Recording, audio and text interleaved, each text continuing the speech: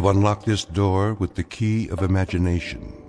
Beyond it is another dimension, a dimension of sound, a dimension of sight, a dimension of mind. You're moving into a land of both shadow and substance, of things and ideas. You've just crossed over into the Twilight Zone.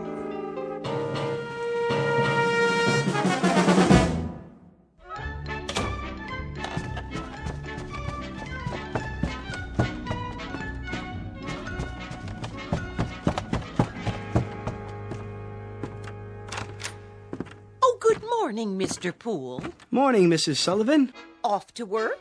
You know it. Oh, Mrs. Sullivan. Yes?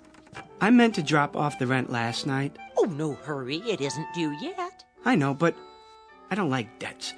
I'll make sure you get it this evening. That will be just fine. Well, have a good day at the bank. The same as every other day. Oh, excuse me. Were you going out? Just to bring in the paper. Oh, let me get it for you. You don't have to do that. No problem.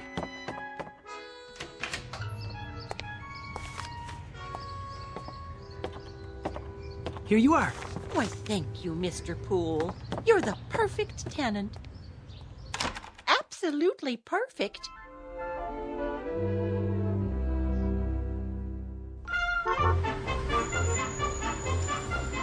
Paper, get your paper. You have the morning sports final? Sure thing. 25 cents, $1/4 of a dollar. Here. Thanks, pal.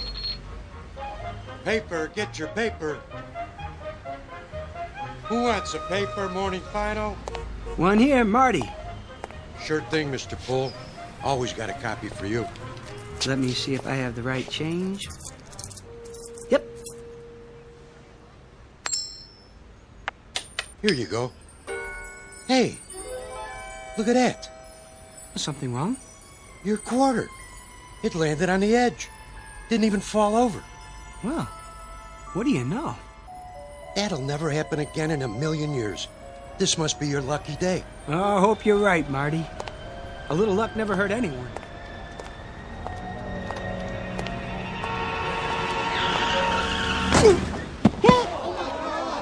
Oh, that poor man. What happened? That car, it hit him. Did you see it? Somebody call an ambulance.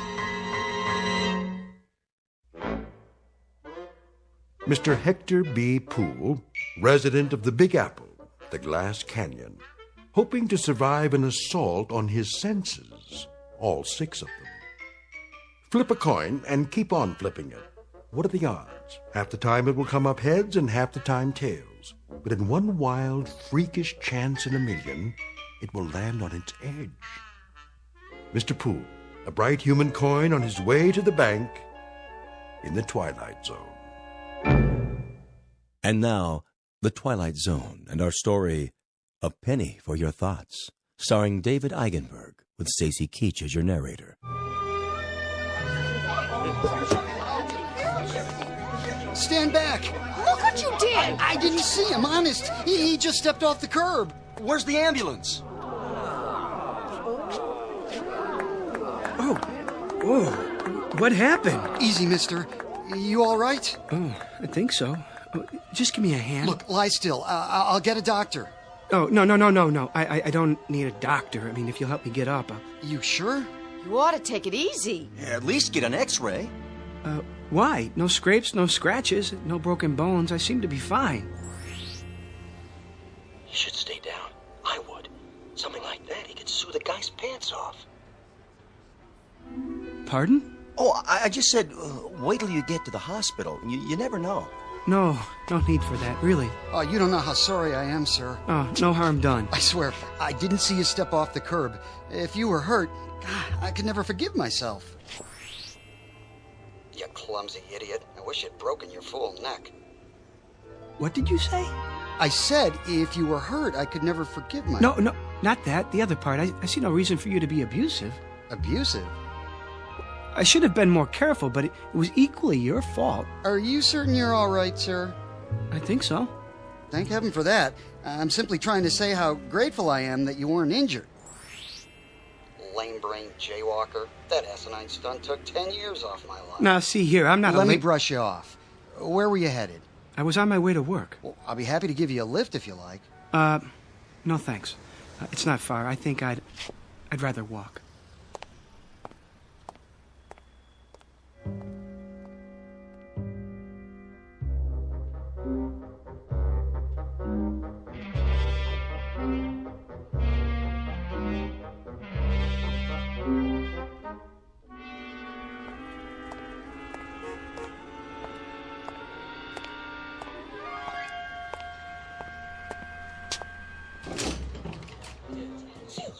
Why do I always pick the line with the slow telling?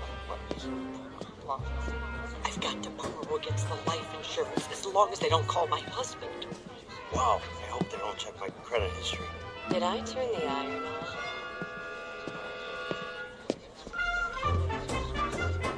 Well, well, Pool.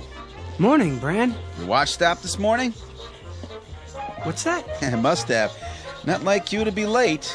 Oh, yes. No, no, it's not. It's 9:10. Something happened on the way. Did it? Bran, can I ask you a question? Go ahead. Well, why are they all whispering? Who? The customers. What about them? It's just that they're usually so quiet. I mean, nobody talks out loud in a bank, but this morning... What do you mean? You don't hear them? Hear what? Oh, I get it. Have a late night, did you? No, but on the way here, I better grab some coffee. Miss Turner just put some on.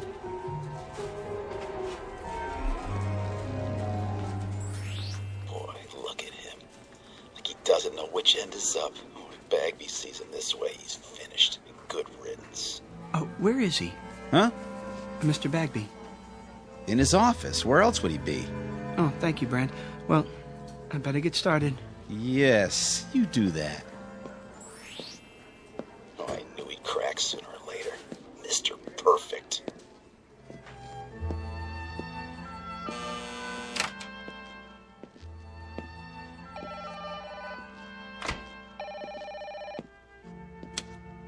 Hello? No, the vice president is on another line. May I take a message? Very well. Eileen. Morning, Hector. How long has he been here? A half hour. I wouldn't bother him, though. He's got an important call. All right, I'll wait till he's finished.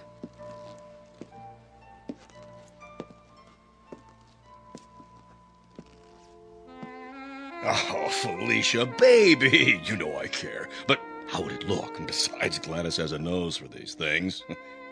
Of course she would. I can see the headlines. Prominent banker divorces wife to marry chorus girl. Oh, no, Felicia, you misunderstand. I love chorus girls. I mean, not all of them. Only you. Yes, that's right. Look, how about this weekend? Just you and me. Yes? Mr. Bagby? Come in. Hold on. Someone's at the door.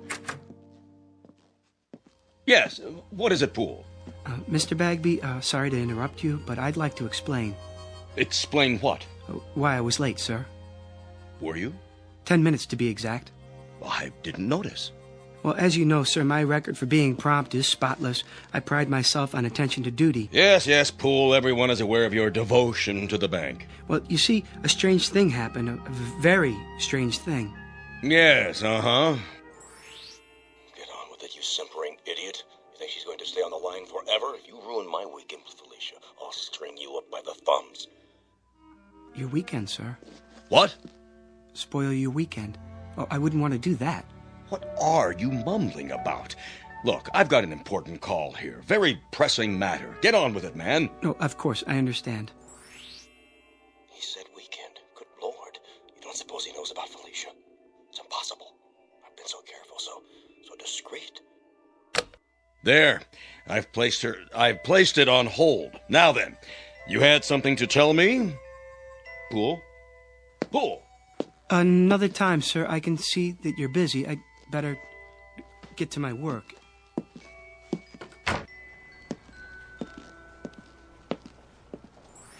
Poor Mr. Poole. He looks so tired and pale. I'm all right. Oh, Good morning, Mr. Poole. Good morning, Miss Turner. Did you say something? I didn't know I looked that bad. Oh, you don't. You look very well today. As do you. Oh, why, thank you. Would you like some coffee? Not just yet. But thanks for asking.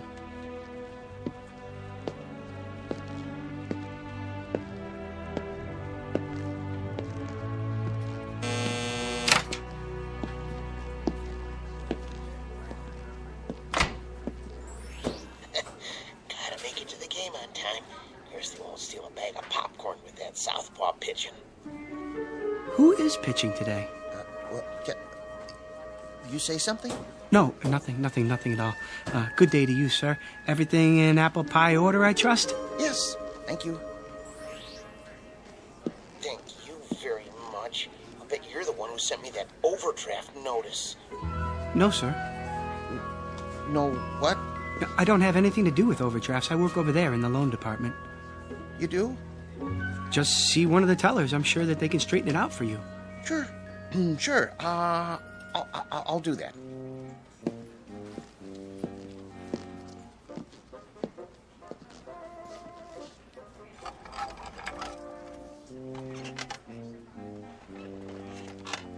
Poole?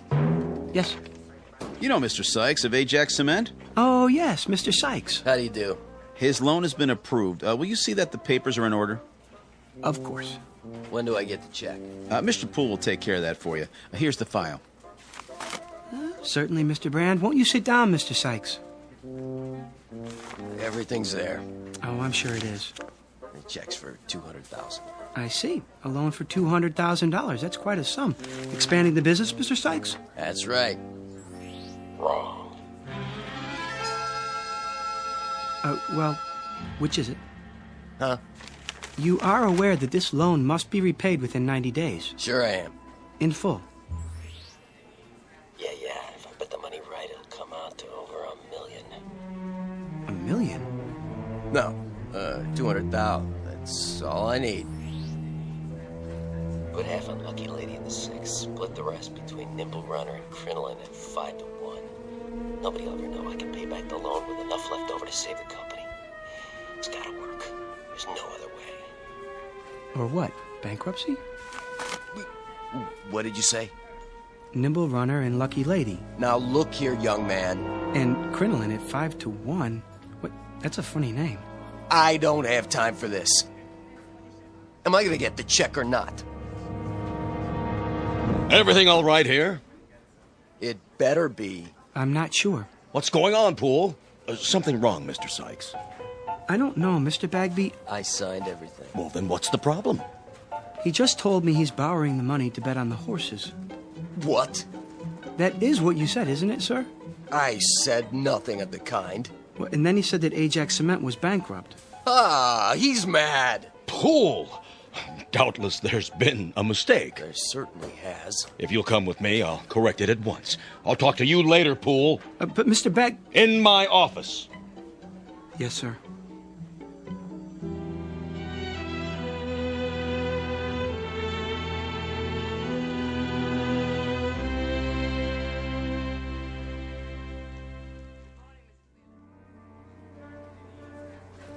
What are you trying to do? My job. He said. I heard the whole thing. I'm the one who took his application. What's going on, Poole? Will you tell me that? What? If I could tell you, I would. But I honestly don't know.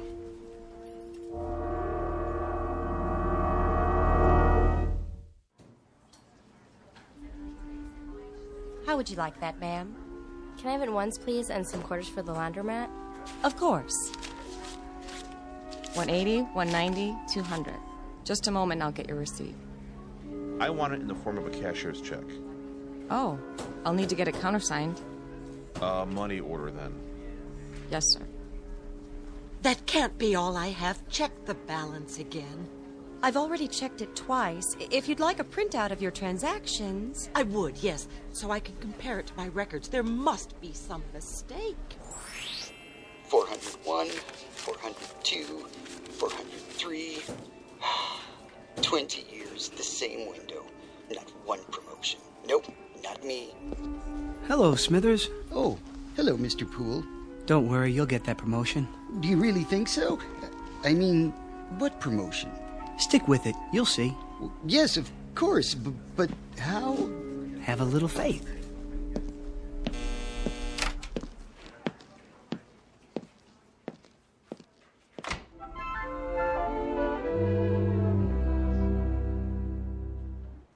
It's finally happening. It is? Yep, old nose of the grindstone seems to have flipped out.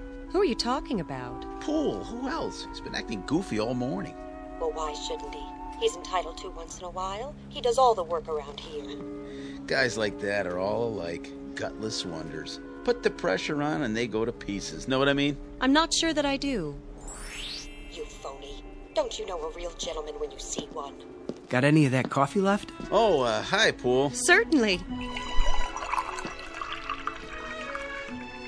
Here you are. Smells good. It's fresh. Nice and hot, too.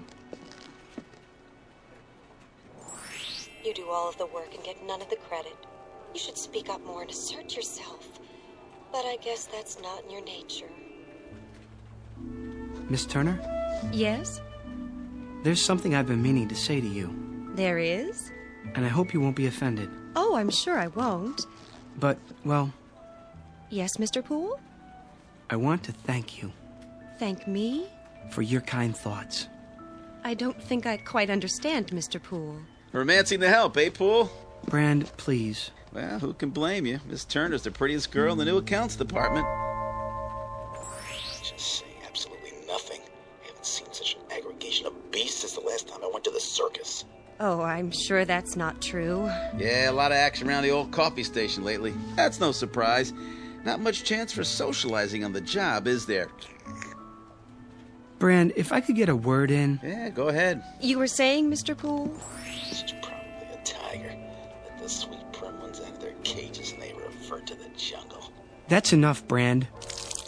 Hey, watch it! Oh, sorry. You spilled coffee all over my shirt. I'll get a napkin. It was an accident. No, it wasn't. You did that deliberately. He said it was an accident. I'll see you later about this, Poole. Good for you. I really didn't intend to do that. I'm sure you didn't. He was only joking. Maybe he was and maybe he wasn't, but he sure had it coming. Well, I suppose I should get back to my desk. Yes, I suppose so. Or else it will be time for lunch. Will it? I mean, oh, it will. And then we'll all be having our lunches, won't we? I guess you're right. I mean, those who brought them. And those who didn't will go out somewhere. For lunch, I mean. Alone or together. Yes, they certainly will. Well, back to the old grindstone. It's been nice talking with you. Nice talking with you, too. Bye now. Bye. Oh, Miss Turner. Mr. Poole? One more thing. I hope... Yes? I hope you have a nice day. I feel the same way. Exactly. Such a gentleman.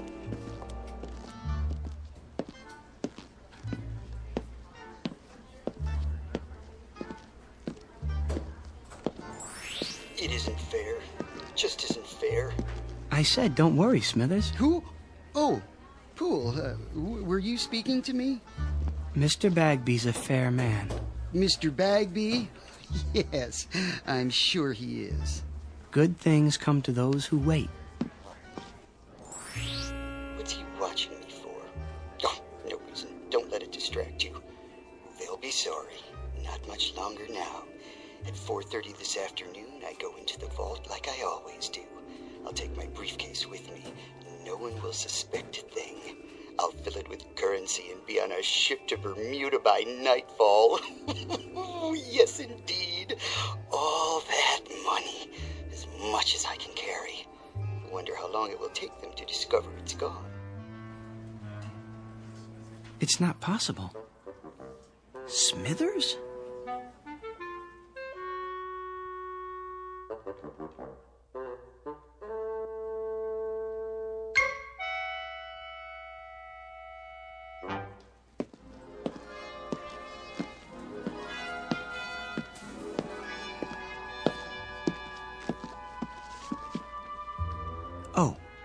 Miller.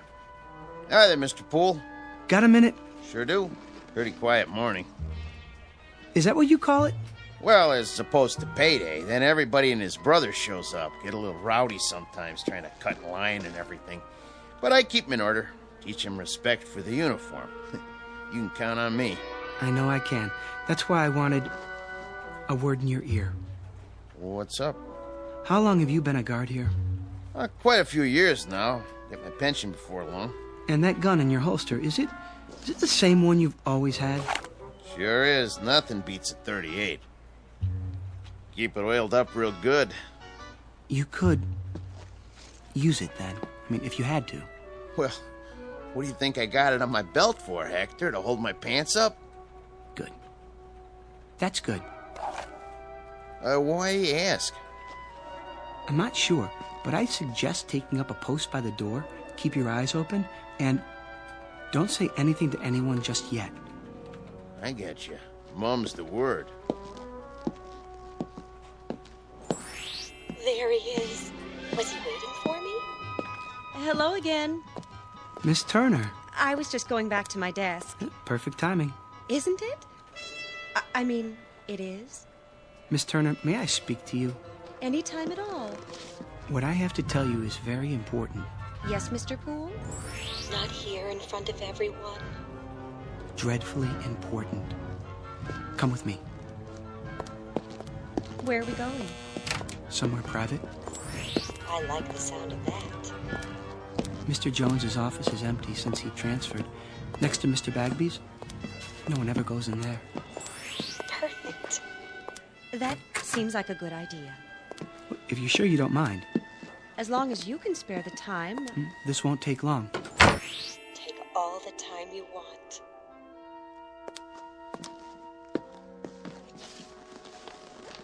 Well, what is it? You'll think I'm crazy. Is something wrong? Terribly, and I don't know who else to talk to. I'm here. Miss Turner, I keep hearing voices. People talking, their lips don't move. But I can hear their voices clearly. I've got this ringing in my head. Oh, no. Well, it's not what you think, Miss Turner. I mean, I can read people's minds. I don't know if I can help you with a thing like that. I'll prove it to you. Think something, anything at all. Well, I have to hand it to him. This is an original approach. Why did it take him so long to gather up his courage? Because it only happened this morning? What did? At least that was the first time I noticed it. He didn't notice me until this morning? No, not you. The voices. Mr. Poole... They won't stop.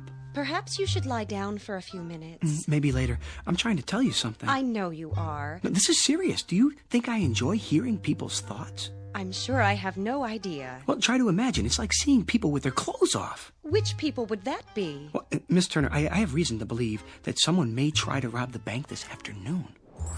Mr. Brand was right. He's coming unglued. No, I am not unglued. It's true. I mean, at least I think it is. You heard them say that? Well, in a manner of speaking. Well, then, in that case, you should do something about it. But what if I'm wrong? You have a responsibility to the bank, to the stockholders and depositors. I suppose I do. We could talk about it over lunch. I mean, one could, two people, whoever they might be, if they wanted to, that is. Otherwise, just one, alone, talking about it to himself. Of course, that might be a bit lonely, for some people at least, unless... There's no time to waste. No, definitely not. I have to get out of here. Why? I mean, what's your hurry? Have we finished our conversation? I thought... I've got to tell Mr. Bagby.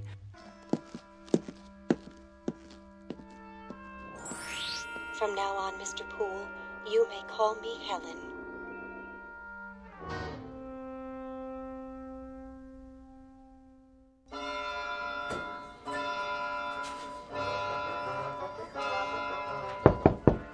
Come in.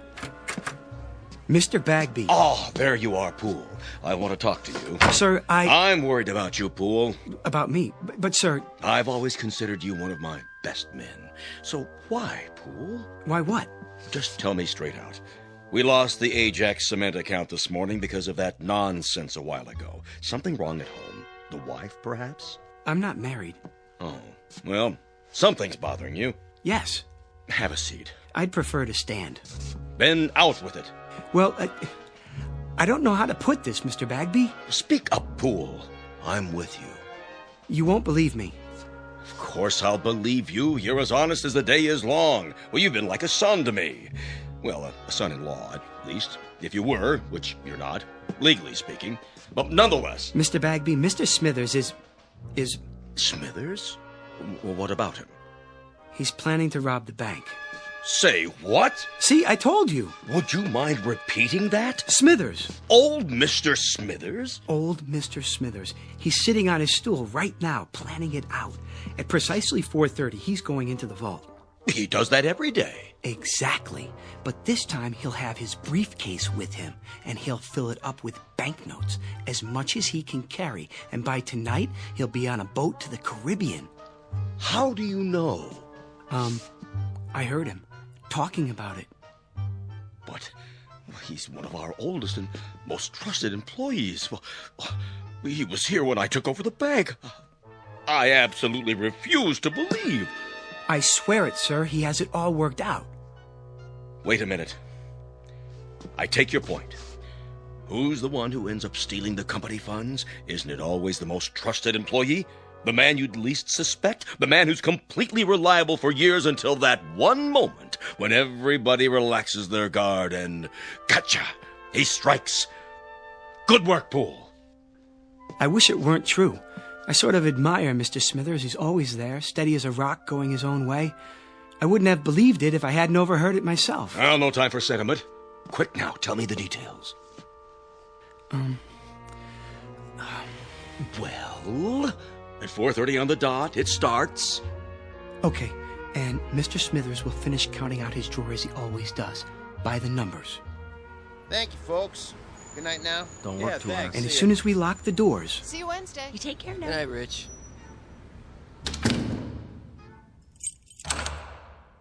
He'll close up his cage, count down the drawer.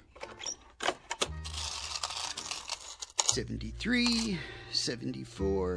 75, plus the bills. He'll stand up and go to the vault with the deposit, as he always does. The last teller, with his briefcase. He'll be back there alone to lock up the vault. Only this time, things will be different. When he comes out, his briefcase will be heavy. Very heavy. Miller, may I see you a moment? Yes, sir. Rich, let me out, please. Okay, be right there. I'm waiting. Gotcha. What? I'll take that briefcase. Here. What? Shall I cuff him? Not till we see the evidence. Looks pretty heavy to me. Dump it on the desk. I'm your witness. Sure thing. What do you think you're doing? What does it look like? Your mistake, Mr. Smithers, was in assuming that we were all asleep. A great mistake. But nothing gets by this institution. As a matter of fact, I've had my eye on you for a long time. You sure this is his briefcase? Of course it is. Duly noted. He admits it. 1/2 sandwich, clip-on necktie, change of socks, comb, 1 book, How to Profit from Armageddon, and 7 ballpoint pens. Where's the money? Has everyone gone insane? What money? Poole! Where's that idiot Poole? Here, sir. So he was going to steal the money. He was going to take a trip to Bermuda. That was his story, huh? Mr. Bagby, I heard him. And who was he talking to, Mr. Poole? Well, he wasn't talking to anyone, not exactly. Oh? What was he doing? Sending smoke signals? He was... thinking. He was what? He was thinking. Well, that explains everything. Mr. Smithers, please forgive us all for this unfortunate intrusion. Well, I guess we all make mistakes. I should have known that what I was told was impossible on the face of it. Poole, do you know what I'm thinking? I'm fired. Kindly clear out your desk at once. Mr. Smithers, I don't know what to say. I'm very sorry. Return Mr. Smithers' possessions and let him pass. Right away.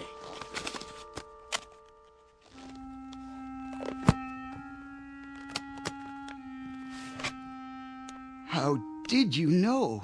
What? It's true, of course, Mr. Poole. Yes, it's a little dream of mine. Have you ever had a dream? I have. Often. People look at me and all they see is a funny little man, frayed and old, and they never know. I have the dream almost every day. I had it yesterday, and the day before that. Well, I don't always plan on Bermuda, though. Sometimes it's London, Paris, Fiji, beautiful, exotic places, thousands of miles from here. Places where there are no ledgers to keep, where I'm not a little man with no future and no past. I think of filling my briefcase with the bank's money, but I never go through with it. Do you know why? I've lived with it too long. I'm old and set in my ways. And besides, Mr. Poole, I'm a coward. Smithers, please. Will you open the door now, please, Rich? Sure. Take care of yourself.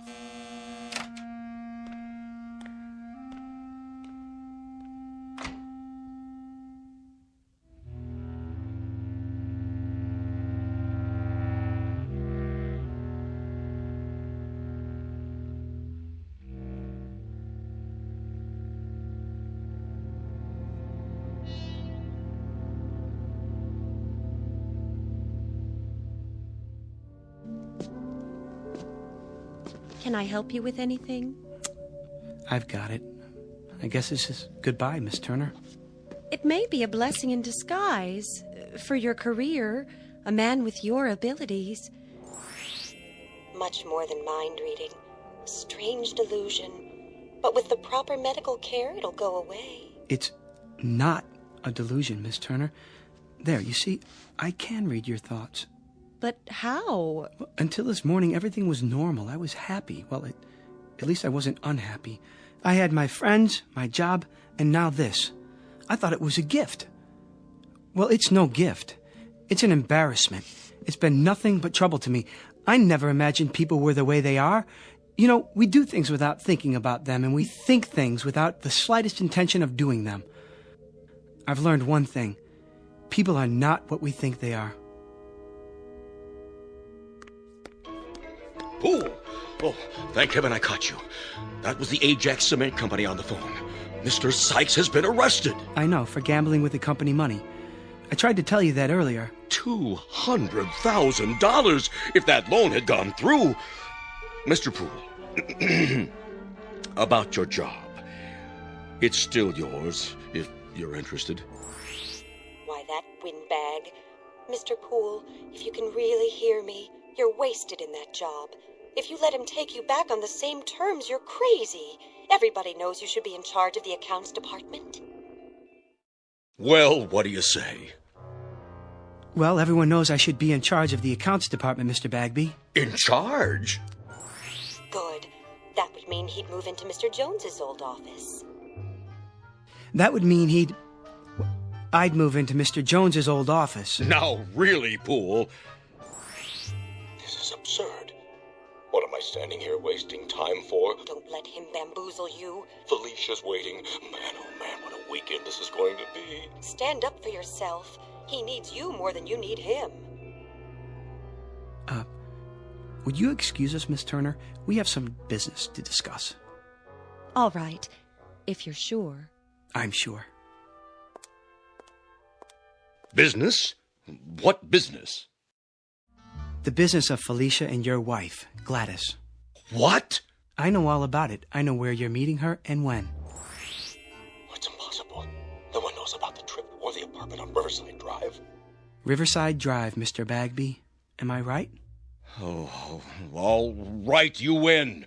In charge of accounts in the office next to mine.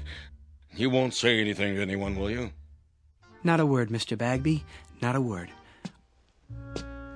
Oh, and I forgot, there's one more thing. At the bank's expense, I'd like you to buy a round-trip ticket to Bermuda.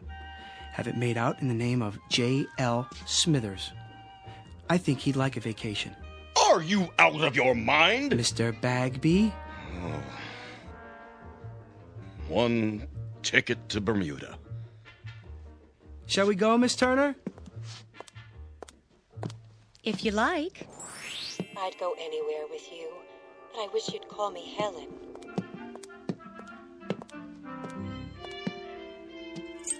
Have a good night, folks. We'll try.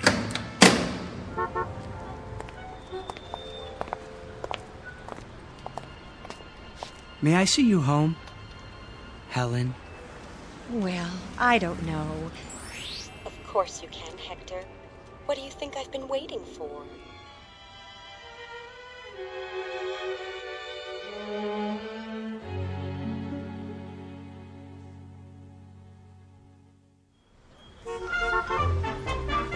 Paper, get your afternoon paper.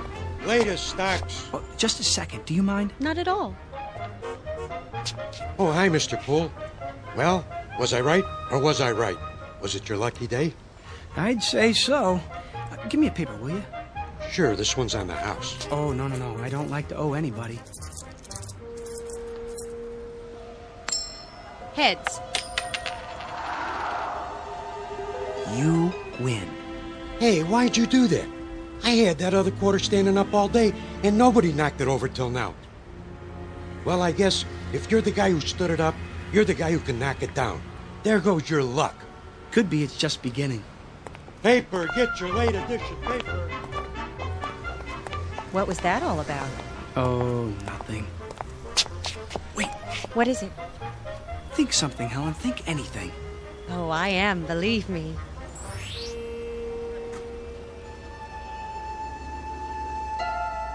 Did you get that? No, I didn't. I didn't hear anything at all. It's gone. Isn't that wonderful? If you say so, dear. Toss a coin, any coin, and one time in a million it will land on its edge. But all it takes to knock it over is a slight vibration, a light blow, or even a vagrant dream. Mr. Hector B. Poole, a human coin on edge for a brief time in the Twilight Zone.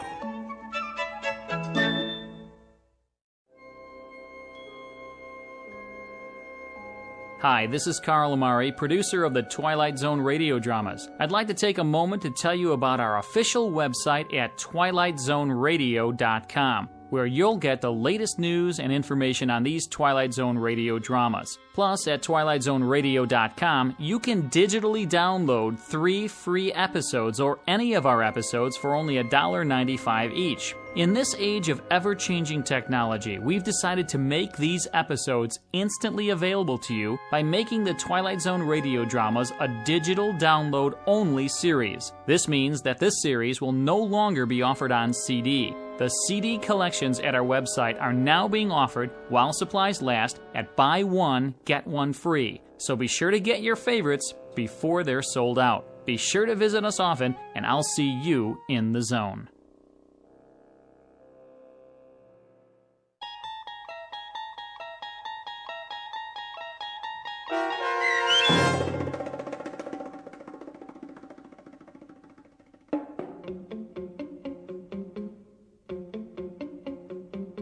A Penny for Your Thoughts, starring David Eigenberg with Stacy Keach as your narrator, was adapted for radio by Dennis Etchison and written for the Twilight Zone by George Clayton Johnson.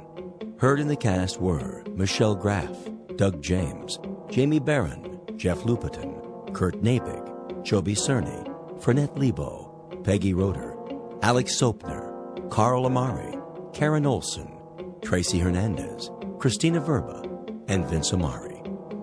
This copyrighted radio series is produced and directed by Carl Amari for Falcon Picture Group. Sound design and custom Foley effects for The Twilight Zone by Cerny American creatives Bob Benson, Craig Lee, Michael Slaybach, and Matt Sorrow.